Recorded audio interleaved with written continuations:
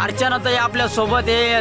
त्यांनी आज दुसरा दिवस त्यांचा अन्नत्याग उपोषण। अर्चनाताई आपला दुसरा दिवस आहे, याच्यावर काय प्रतिक्रिया आहे? आज वैजापूर तालुक्यात मुख्यमंत्री एकनाथ शिंदे साहेब येणार, तर आपली काय प्रतिक्रिया आहे? बा तुम्ही आज उपोषणाला बसला, या संदर्भात आपली काय प्रतिक्रिया आहे?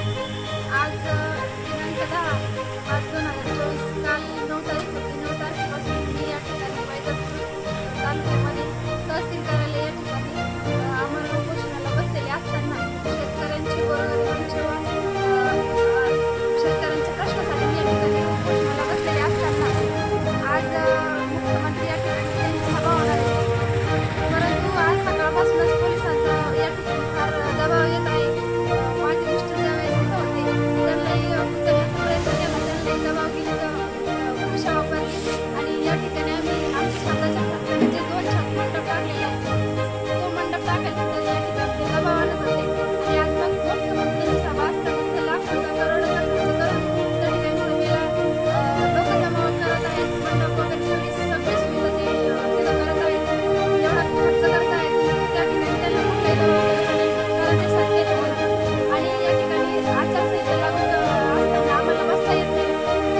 एक महिला बसलेली असताना सुद्धा त्यांनी पोलिसांना ठिकाणी असताना वर्तणूक केली व आरवाची भाषेत आम्हाला बोलले नाही, तरी सुद्धा आम्ही त्यांना त्यांच्या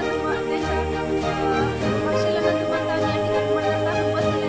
म्हणून जनतेला सर्व शेतकऱ्यांना सर्वांची विनंती आहे की आपल्या न्याय हक्कासाठी आपण आलं पाहिजे आणि यांच्या राजकारणी जे राजकारणी आहे, जे सत्ताधारी आहे, ते आपल्या पोळ्या भाजण्यासाठी आज लाखो करोड खर्च करत आहेत। म्हणून अशा सत्ताधाऱ्यांचा मी निषेध करते व ते जे या ठिकाणी येणार आहेत त्यांनी या ठिकाणी आलं पाहिजे, कारण एक महिला शेतकऱ्यांच्या गोरगरिबांच्या प्रश्नासाठी लढत आहे, म्हणून त्यांनी या ठिकाणी आलं पाहिजे, त्यांनी येऊन विचारलं पाहिजे, परंतु ते असं होणार नाही।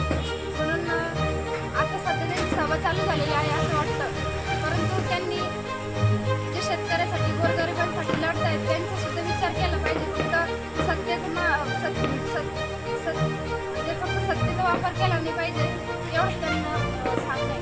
अर्चनाताई तुम्ही आज दुसरा दिवस तुमचा अन्नत्याग उपोषण आहे, तर बा तुम्ही कशासाठी बसला आणि तुम्ही कायसाठी बसले? बघ तुमच्या विविध मागण्या जर शिंदे साहेब जर तुमच्यापर्यंत जर आले तर मग तुम्ही पुढचा पाऊल काय उचलशाल? शिंदे साहेब जर आले तर त्यांना आम्ही एकच सांगणार आहे की आम्ही शेतकऱ्यांच्या गोरगरिबांच्या जनतेच्या प्रश्नासाठी लढतोय आणि ते प्रश्न सुटले पाहिजे आणि जे सगळे प्रश्न बॅनरवरती लिहिलेले ते प्रश्न सगळे शेतकऱ्यांच्या जिव्हाळ्याचे सुटले पाहिजे आणि त्यांची सत्ताधारी म्हणून त्यांचंही कर्तव्य आहे की गोरगरिबांसाठी काम केलं पाहिजे।